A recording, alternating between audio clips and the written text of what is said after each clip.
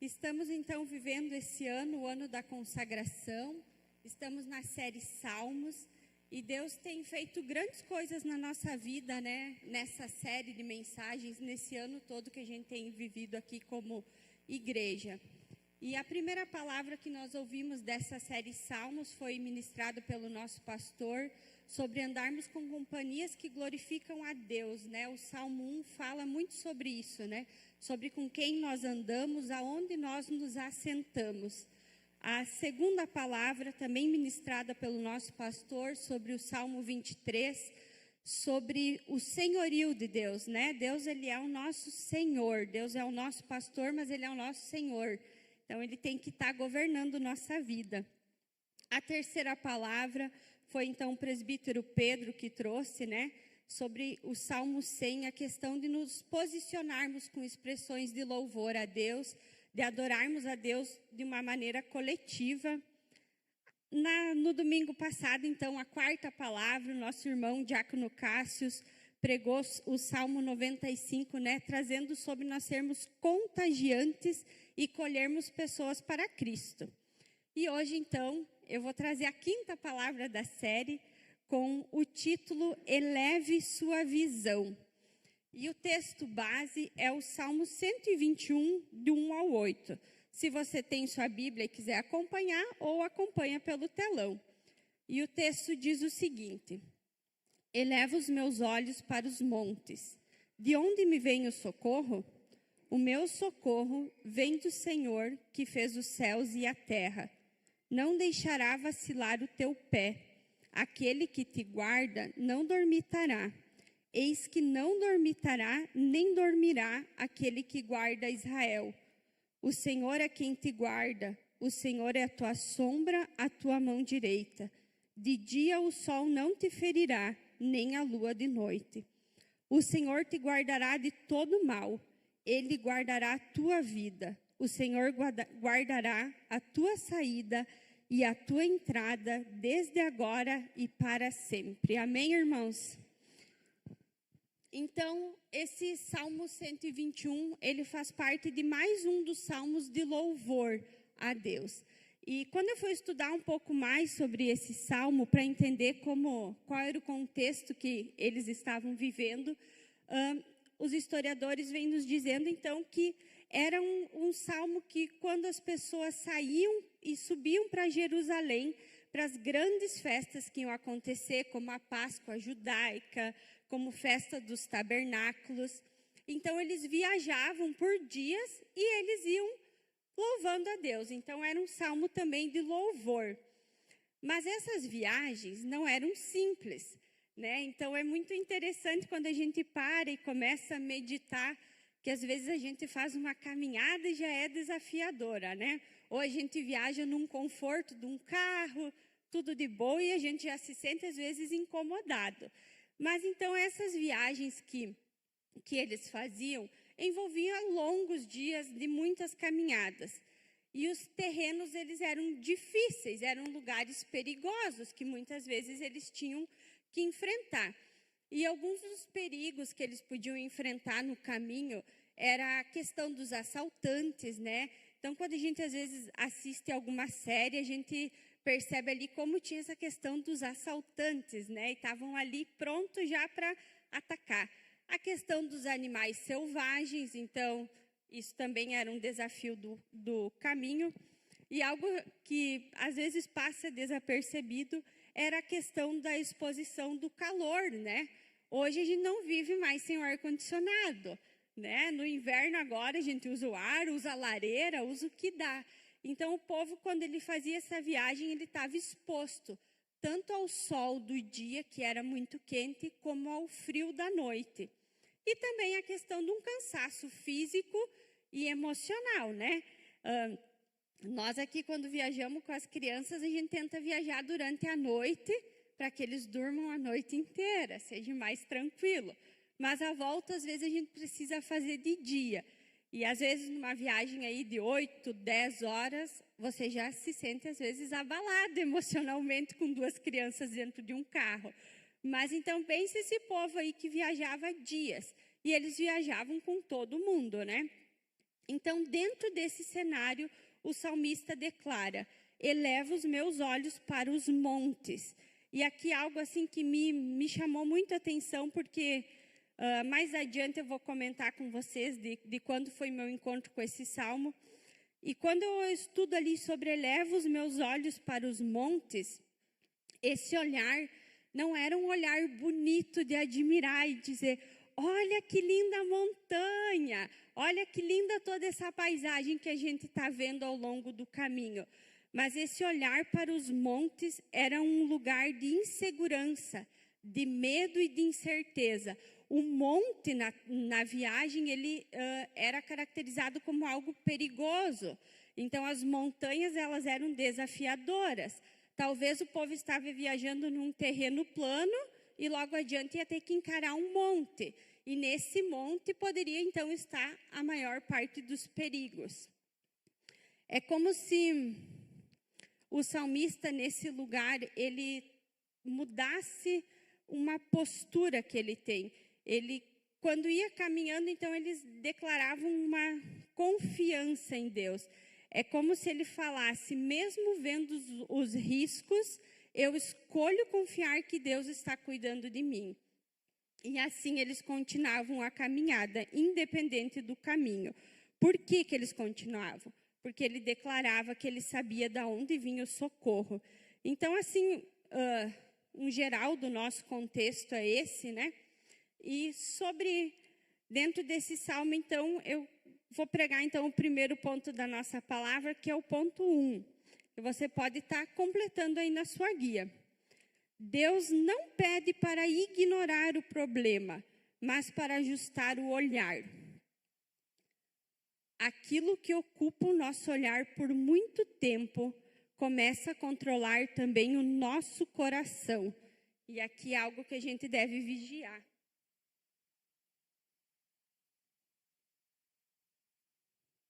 E quando eu preparava essa palavra, Deus trouxe algo muito forte à minha memória. E eu gostaria de compartilhar aqui um pouquinho de um testemunho pessoal meu. Não quero me deter a grandes detalhes, né? Quem sabe uma outra hora. Mas quando eu tinha em torno de 10 e 11 anos, meus pais se divorciaram. Foi um período bem difícil para minha família. Existiam muitos montes diante de nós. Existia a dor, a insegurança, o medo, as incertezas do que ia acontecer no futuro, né? Mas nesse período de luta, de dificuldade, a minha mãe teve um encontro com Jesus. E eu queria aproveitar aqui esse momento e compartilhar que quem levou a minha mãe a Jesus foi a dona Vera, né? Sogra do nosso pastor, que atendeu a minha mãe lá e disse: Claíra, eu sei um caminho para ti. E glória a Deus, hoje estão as duas aí, firme e forte, né? E nessa época, agora eu não vou me recordar bem, mas alguém deu para ela um CD chamado Não Temas. Não sei se alguém de vocês já ouviu esse CD, mas na nossa casa esse CD tocava noite e dia, dia e noite, noite e dia, esse CD tocava muito. E as músicas que tocavam nesse CD, elas eram todas músicas baseadas na palavra de Deus. Era a palavra de Deus cantada. E o CD, né, o nome já diz, Não Temas, então eram sempre músicas que falavam sobre o cuidado de Deus, sobre a proteção de Deus, sobre o encorajamento que Deus tinha para nós, sobre esse Deus que era um Deus amoroso, um Deus que estava cuidando. E eu lembro que eu cantava muito o Salmo 121. Então, naquele tempo, eu não entendia com profundidade o que esse salmo queria dizer, né? Não tinha, assim, essa compreensão. Mas eu cantava ele com fé, né? Dentro daquilo que eu conhecia, eu já tinha uma fé quando eu cantava esse salmo. E eu declarava que o meu socorro vinha do Senhor. E hoje, quando eu olho para trás, né? Daí veio agora o pastor disse: Lu, um desafio, a palavra. A gente fica, né? Treme na base e diz: amém, vamos lá. Então, quando eu olho para trás, eu posso ver como Deus cuidou da minha família, né? Deus, ele foi fiel, Deus, ele foi o refúgio, Deus foi o socorro presente, ele proveu. A palavra de Deus foi se cumprindo com detalhe em nossa vida. Isso é muito gratificante. E quando eu meditava, então, essa semana nesse salmo, Deus me fez lembrar de tudo isso. E eu pude perceber que Deus nunca deixou de nos guardar. E uma frase assim que eu até grifei aqui, que naquela época eu cantava o Salmo 121 pela fé. Hoje eu canto também pela memória do que Deus já fez na minha vida. Então, dentro de tudo isso, a gente volta a rever que então o salmista, ele não ignora os montes, ele não ignora os perigos, ele não ignora os desafios, mas ele faz uma escolha. E nós também devemos fazer essa escolha. Nós também enfrentamos montes na nossa vida, né? E hoje a gente poderia citar vários montes, né? Agora aqui brincando com vocês, nós hoje no Dia das Mães enfrentamos muitas vezes, né? Eu disse para o Pedro, um monte de roupa dentro de casa que tem que dar conta, que tem que lavar, que tem que passar. Mas a gente enfrenta montes muito mais desafiadores como família ou como pessoa individual, né? Que são os problemas financeiros. Às vezes te bate à porta uma crise familiar, uma ansiedade, uma insegurança, um medo do futuro, situações que fogem do nosso controle. E nesse momento, muitas vezes a gente tem uma tendência de logo buscar uma solução. Está tudo bem, a gente deve reagir e buscar uma solução. Mas no que a gente busca a solução? Quais são as coisas que a gente olha rapidamente? E aqui eu vou trazer algumas situações assim, onde a gente logo fixa o nosso olhar e tenta resolver. Então, bateu lá uma crise familiar, eu olho para as pessoas. E eu penso, mas se o fulano me ajudar, isso vai dar certo. Eu não resolvi porque o ciclano não fez o que ele deveria fazer. Não, a minha parte eu estou fazendo, mas ainda tem o outro lá, terceiro, que não está fazendo. Eu só vou ficar bem quando alguém me entender. Enquanto ninguém me entender, eu vou ficar aqui insegura, frustrada e não vou reagir. Outra coisa, às vezes nós olhamos para os recursos, para o dinheiro, para soluções rápidas, para estratégias, e a gente começa a pensar 1000 coisas e diz, se eu resolver isso aqui, a minha vida está organizada. Não, é só esse problema que eu tenho, agora eu vou resolver e nada mais vai me tirar do prumo. Eu estou 100% organizada. Aí, de repente, a gente também tem a tendência a olhar para as nossas emoções. Quando eu me sentir melhor, eu vou reagir. Estou encarando aqui um problema, mas eu não vou fazer nada porque eu não sinto vontade de fazer. Eu não estou sentindo nada em relação a isso, então eu vou ficar parada e eu não vou agir. Hoje eu não consigo, eu não estou bem, amanhã eu faço. E a gente às vezes vai postergando, vai jogando para frente. Também muitas vezes nós fixamos o nosso olhar no controle. Se eu fizer tudo certo, nada vai dar errado. Não, eu faço as coisas bem certinho, porque daí eu vou ter tudo 100% no controle, na minha palma da mão. E, de repente, vem Deus e muda tudo para mostrar que nós não temos controle de absolutamente nada. Que é Deus que tem o controle sobre todas as coisas.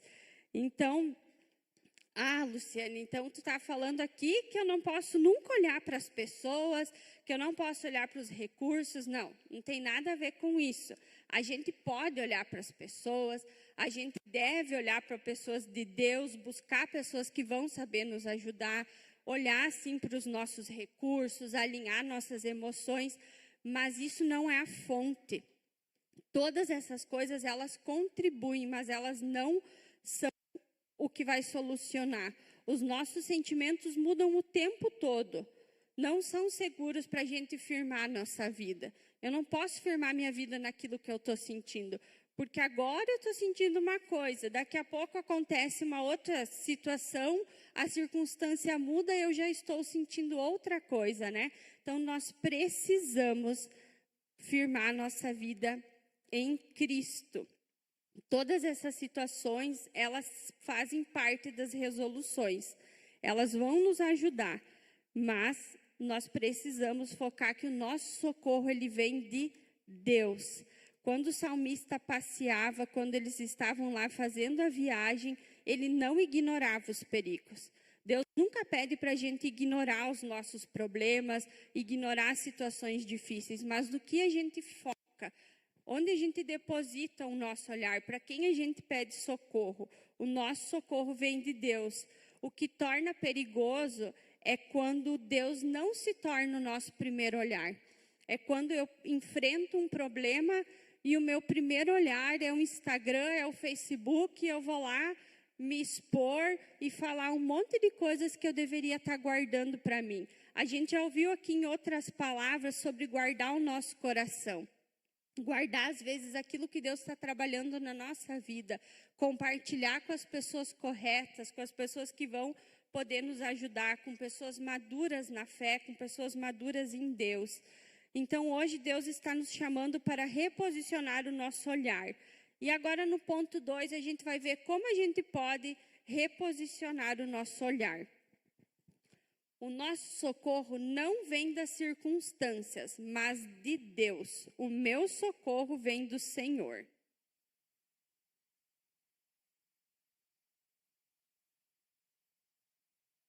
Quando o salmista faz essa declaração, ele tem convicção de quem Deus é. Ele não está dizendo assim, o meu socorro às vezes vem do Senhor. Às vezes o meu socorro vem do meu dinheiro. Às vezes o meu socorro vem de um amigo. Não, ele tem convicção, o meu socorro vem do Senhor. Ele afirma, então ele declara que o socorro dele vem de Deus. E nós só podemos tomar essa posição e declarar quando a gente sabe quem Deus é. O salmista sabia quem Deus era. Ele tinha certeza sobre o caráter de Deus. Então, quando os nossos olhos estiverem apenas presos nas circunstâncias, naquilo que a gente está vivendo, a gente vai viver cansado, a gente vive uma vida assim insegura, uma vida ansiosa, porque a gente quer estar no controle, a gente quer saber o que vai acontecer amanhã, a gente quer confiar na força do nosso braço, a gente novamente quer fazer todas as coisas certas para manter o controle. Então, é muito interessante isso, que nós precisamos focar e firmar os nossos olhos em Deus. E é muito interessante que eu estava lendo um pouco mais e hoje muitas pesquisas, elas mostram como é interessante quando as pessoas enfrentam algum momento difícil da sua vida e elas têm uma fé firmada em Cristo, elas têm um alicerce. Então, uma pesquisa aqui com pacientes em tratamento contra o câncer mostram que pessoas que têm uma fé firmada em Cristo, elas apresentam mais esperança no tratamento, elas são mais convictas de que vai dar certo, de que Deus está no controle, elas têm um enfrentamento emocional mais firmado ali, elas não ficam desesperadas, elas sentem aquilo que elas estão passando, elas têm sim a dor, né, o medo, mas elas têm convicção em Deus. A emoção delas não fica abalada 100%. Elas se tornam pessoas menos ansiosas, elas novamente se voltam para Deus e elas encontram mais força para continuar o tratamento. E isso é muito interessante e muito importante. A gente não está falando aqui que a fé substitui 100% a medicina. Nós precisamos sim das duas coisas, mas os próprios estudos reconhecem que a fé ajuda no fortalecimento emocional, psicológico durante a dor. E o que tudo isso nos mostra? O que a gente pode ver com tudo isso? Que Deus, Ele nos criou de uma forma integral. Deus sabia de todas as coisas quando Ele estava nos formando. E Deus sabe que o ser humano precisa de algo que lhe dê esperança. Deus sabe que dentro de nós a gente precisa de algo que a gente encontre refúgio. E a gente só encontra isso em Deus. Esse descanso que muitas vezes a gente busca, a gente só vai encontrar em Deus. Então, Deus, ele é o nosso refúgio e ele também é a nossa fortaleza. Ele é o socorro bem presente na angústia, como diz lá em Salmos 41:1. Então, o homem, ele pode até estudar os efeitos da fé em tudo aquilo que ele está vivendo, mas antes do homem estudar os efeitos da fé, a Bíblia já nos apresenta há muitos séculos que Deus é o que sustenta o coração humano. Então, a gente pode contar com as duas coisas, mas antes de tudo, novamente, o nosso socorro vem do Senhor. É Deus que cuida de todas as coisas, é Deus que tem esse poder. Então, quando nós levantamos os nossos olhos para Deus e lembramos quem Ele é, a Bíblia vai dizer que Deus é o nosso Pai.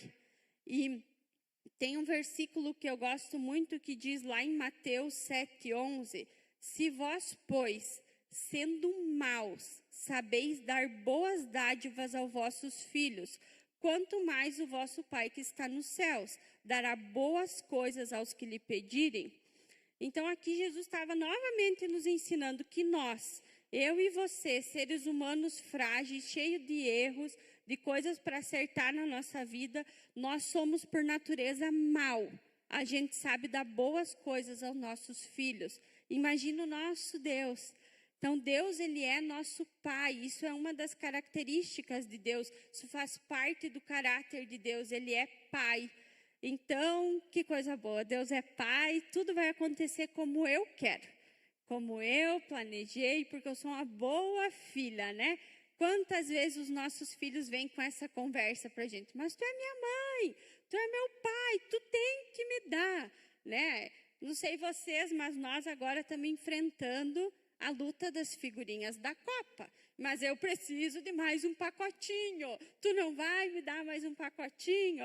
Né? Então, ali eles insistem e às vezes a gente diz, não, hoje não.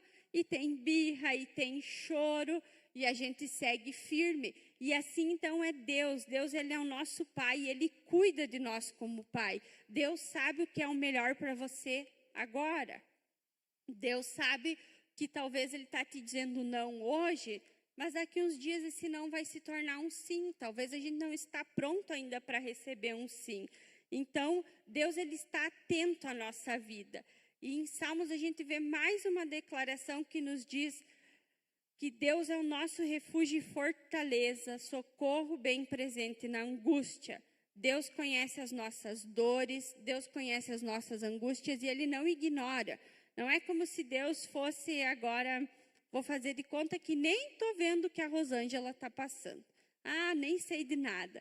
Deus não é indiferente com o que a gente sente, mas Deus é Pai, Deus conhece o nosso coração, Deus sabe o que eu preciso agora.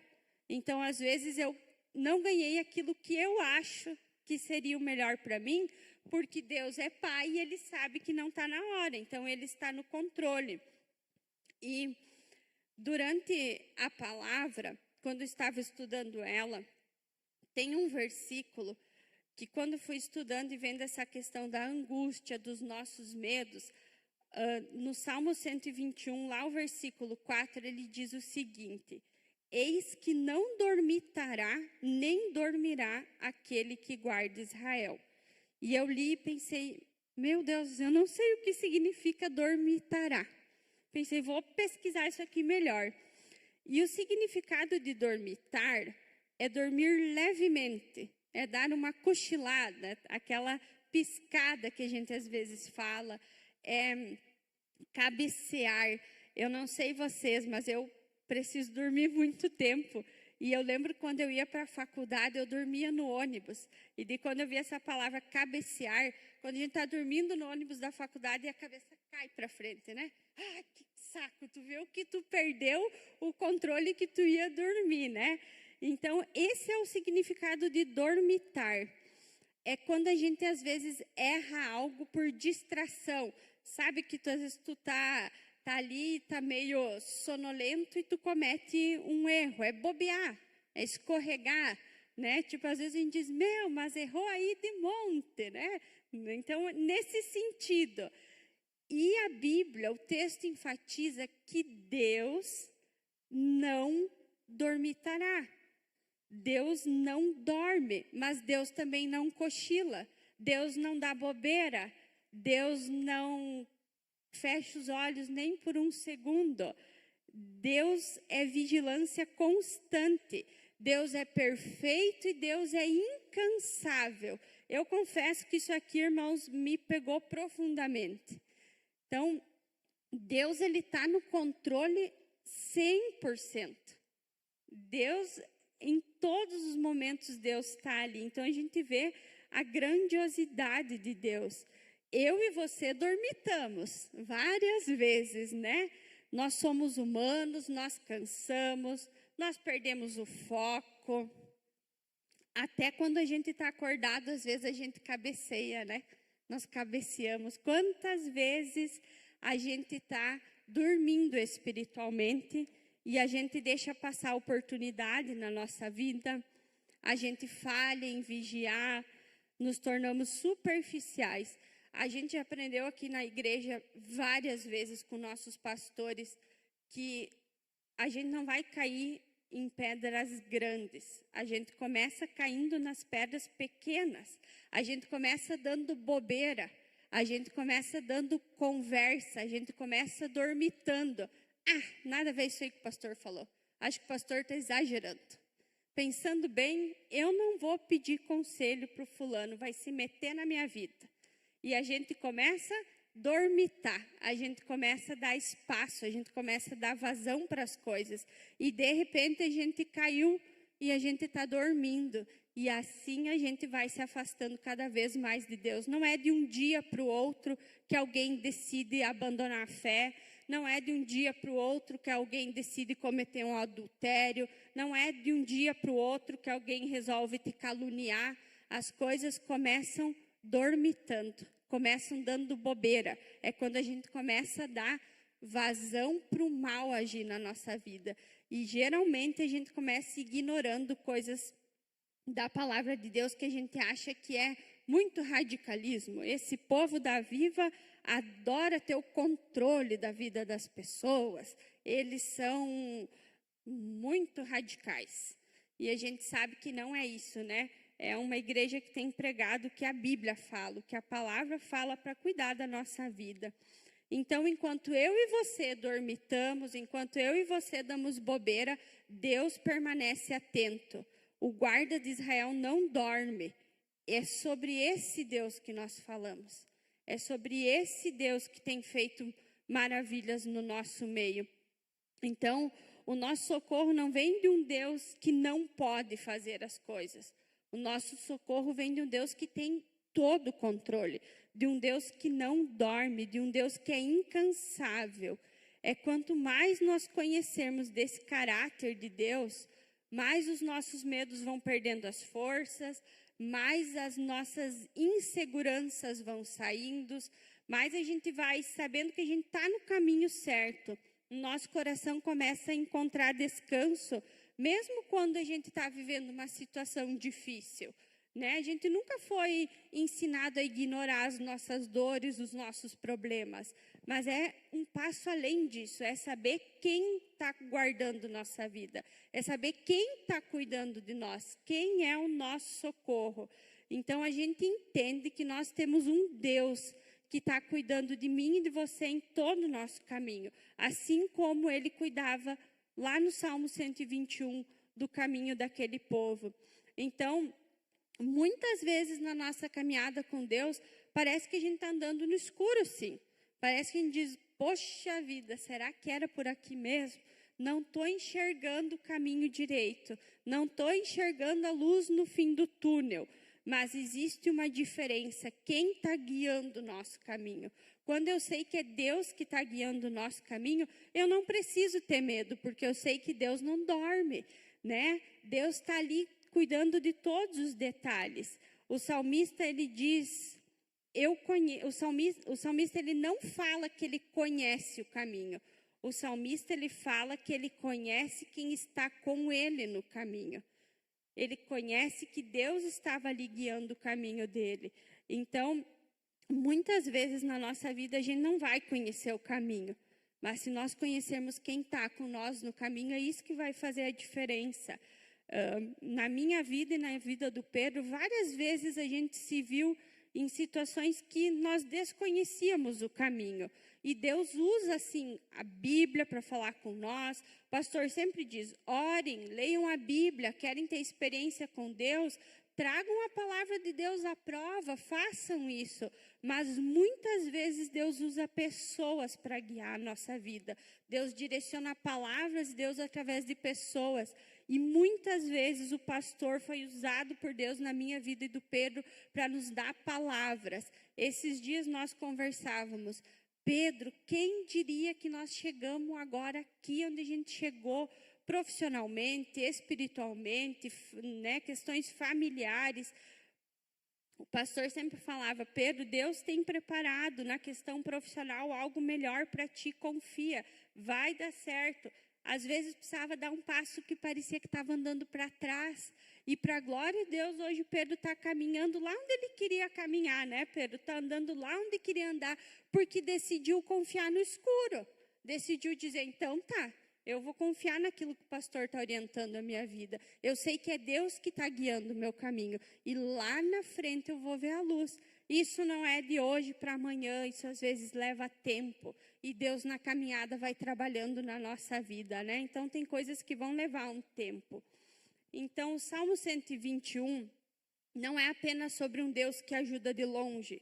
É sobre um Deus que caminha conosco. Um Deus que não dorme, um Deus que não abandona, que não perde o controle, que não esquece dos seus filhos. Talvez hoje você ainda tenha montes na tua vida, né? Diante de você. Mas hoje Deus quer nos trazer uma condição de nós reposicionarmos o nosso olhar. Deus não prometeu a ausência de luta e de conflito, mas Deus prometeu que Ele estaria conosco, que Ele seria o nosso socorro bem presente nos nossos dias de angústia. É Ele que está cuidando de nós. E a nossa conclusão vai falar o seguinte, porque quando o nosso olhar volta para Deus, o coração encontra descanso para continuar caminhando. Amém, irmãos? Pastor.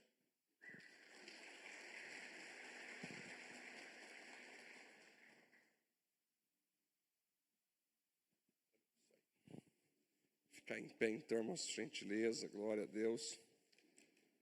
Enquanto a Lu ia pregando, lembrei, Cássio, de uma história de um cara que tinha duas montanhas, né? E aí tinha lá um fio bem forte, de ferro assim, Igor. E aí ele pegou um carrinho de mão, uma multidão ao redor da montanha, assim. Ele perguntou para a galera assim, viu? Quem acredita que eu consigo passar daqui para lá nesse carrinho de mão? Aí todo mundo, eu não acredito. Não acredita? Então vou dar uma cruzadinha. Só ele botou o carrinho de mão e foi indo, né? Se equilibrando. Se caísse era morte. Você já imagina só a cena. Ele foi indo, chegou até o final. Aí ele perguntou para a galera, quem agora acredita que eu consigo fazer? E todo mundo, aê, agora você acredita, faz de novo. Ele foi com o carrinho de novo, se equilibrando ali naquele, né, fio de ferro ali, chegou de novo. Ele perguntou, galera, vocês realmente acreditaram no que eu fiz ou não? Todo mundo, sim, nós acreditamos, tu é o cara, você domina um carrinho como ninguém, você é um equilibrista. Fechou então. Quem é o primeiro a entrar nesse carrinho agora?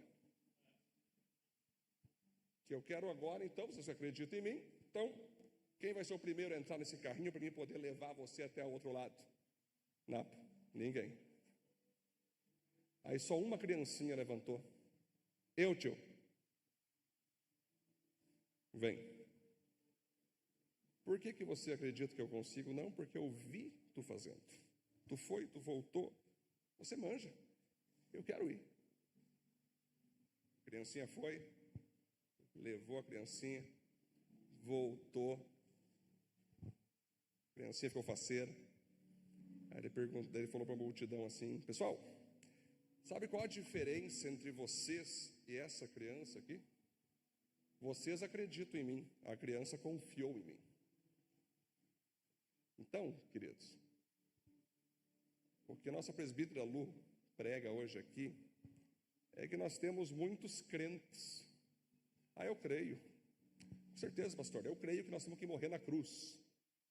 Eu creio que nós temos que ter uma vida consagrada. Claro que eu creio, pastor, que nós temos que renunciar a tudo que nós somos, tudo que nós temos. Mas quando aparece a oportunidade, Cássio, o que o cara faz? Eu não vou entrar nesse carrinho, não. Aí é demais. Botar todo o meu dinheiro? Não. Botar toda a minha vida? Não. Não. Vai doer muito. Eu prefiro só acreditar de longe do que de fato confiar em Deus. Então, queridos, eu acredito que cada um está recebendo o Espírito Santo instruções. A gente vê as montanhas, né? A gente vê as dificuldades, ou vê situações difíceis, e as situações difíceis, elas têm dois propósitos: ou nos destruir, ou nos fortalecer. Só que vai caber a como nós vamos reagir a essas situações.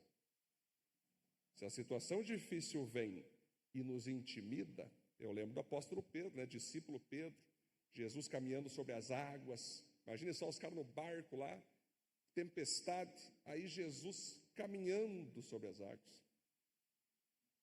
Aí Pedro pega e fala: Senhor, se tu és Jesus e não é um fantasma, manda eu ir diante do Senhor que eu vou caminhar sobre as águas. E Jesus falou: ok, André, ó, vem. Aí Pedro, bora. E ele foi indo, cara. Fala mal desse cara. O cara caminhou sobre as águas depois de Cristo. Ele foi indo. Pô, que top! Não pode ser verdade. Eu estou caminhando mesmo. Não pode ser. Vento aqui, meu Deus do céu. Ele afundou. Aí Jesus teve que pegar a mão dele, puxar para cima e dizer assim: por que você não teve fé, Pedro? Você começou a focar nas circunstâncias, você estava indo bem, você estava olhando para mim, você estava focado em mim, cara, e você ia chegar até onde eu estava, mas você começou a olhar para as circunstâncias, para as dificuldades, para os teus medos, para os ventos, e você afundou. Galera, eu tenho visto nesses últimos tempos muitos cristãos afundando. Essa palavra, e a Bíblia fala que o primeiro povo que Deus sempre quer corrigir, quer fortalecer na terra, não é os americanos, não é os judeus, não são os russos, não são os brasileiros, são os cristãos. Os cristãos. Então, nós como cristãos hoje aqui, na igreja, nessa celebração, Jesus está aqui agora, cara, com o carrinho de mão.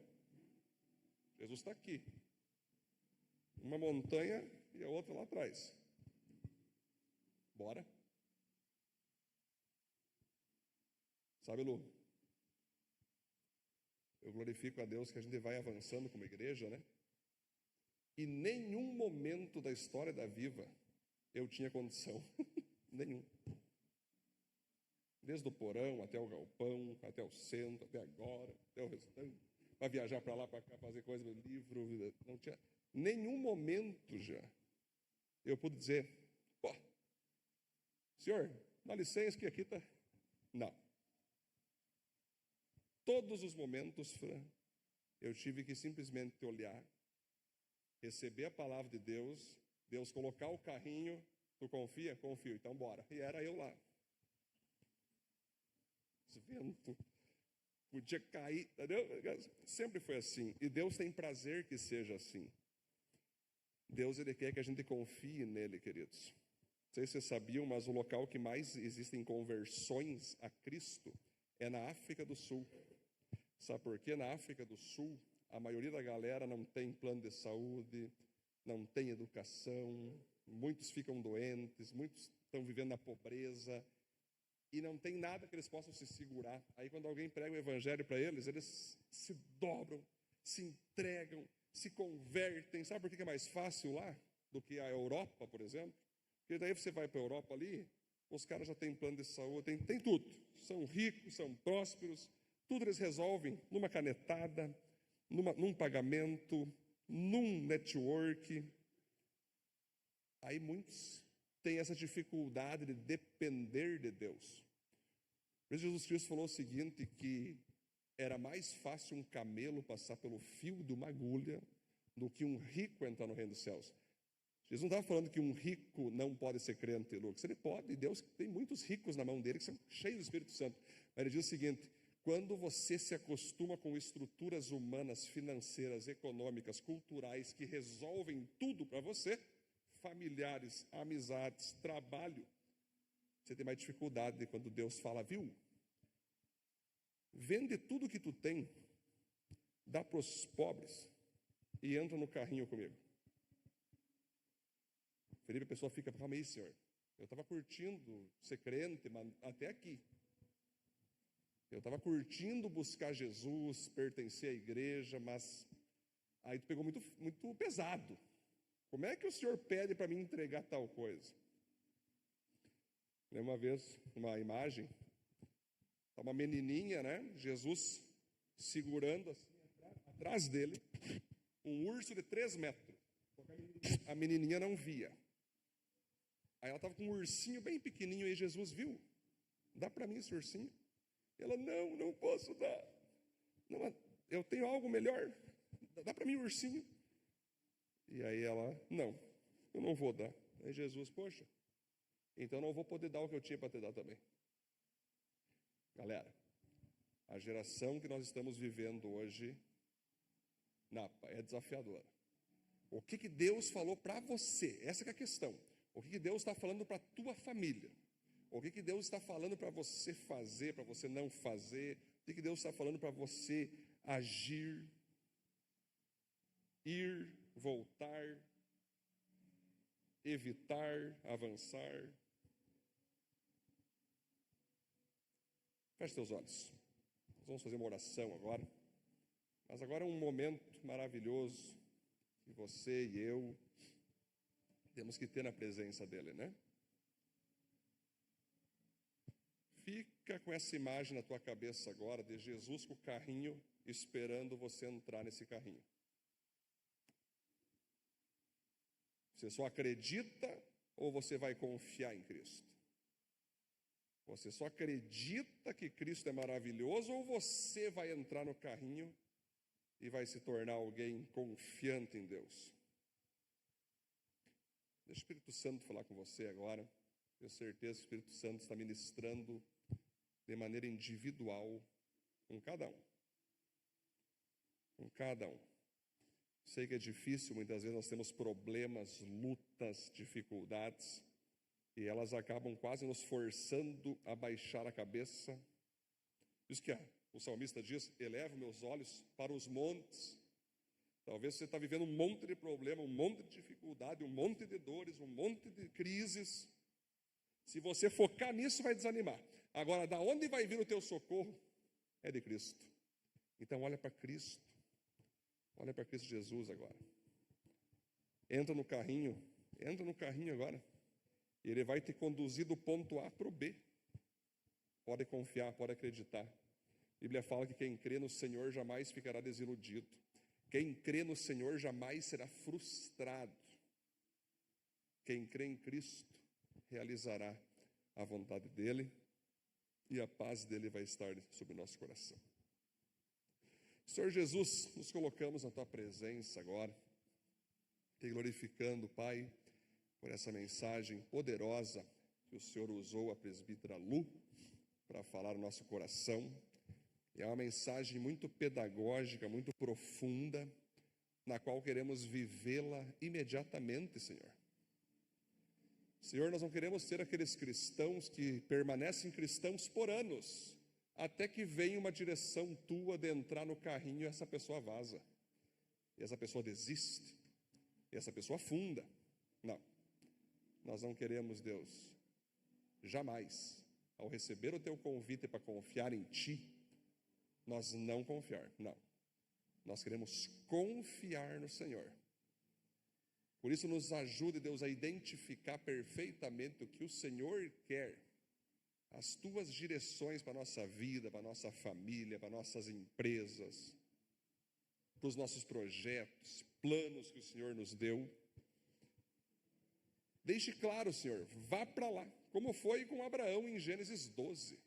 Abraão, aqui está o carrinho, sai da tua terra, do meio da tua parentela, e entra nesse carrinho que eu vou te mostrar durante a jornada, onde eu vou te levar. Como o Senhor fez com Noé naquele dia. Noé, você nunca viu chuva, mas eu vou fazer chover. Faz aí uma arca desse jeito e daquele jeito. Noé entrou no carrinho e fez a arca. E principalmente o nosso Senhor Jesus, quando o Pai disse: filho, entra nesse carrinho, desça para a terra e salve a humanidade. Morra no lugar deles, ressuscita no lugar deles e faz a minha vontade. Eu oro, Deus, por cada um que está aqui. Você que está vivendo um problema difícil na tua vida agora, talvez na tua área física, na tua área familiar, conjugal, emocional, coloca a mão no teu coração agora. Eu sinto o Espírito Santo muito forte, que o Espírito Santo vai trazer cura agora para o teu coração. Pode preparar o teu coração, prepara aí. O Espírito Santo vai me direcionando aqui, que alguns que estão aqui estavam quase desistindo. Alguns que estão aqui estavam quase ficando incrédulos. Mas o Espírito Santo vai reavivar a fé na tua vida agora. Vai reavivar a confiança que você vai ter nele agora.